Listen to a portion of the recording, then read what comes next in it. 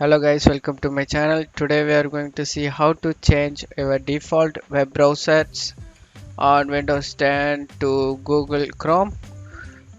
So let's jump straight into it guys.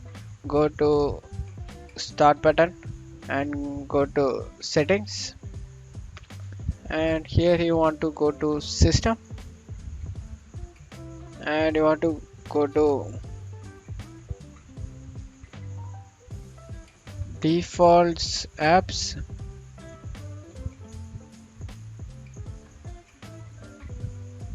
Search default apps, click on default apps, and you want to scroll down guys. Web browser, Microsoft Edge, click on it. You want to click on Google Chrome and want to click switch anyway.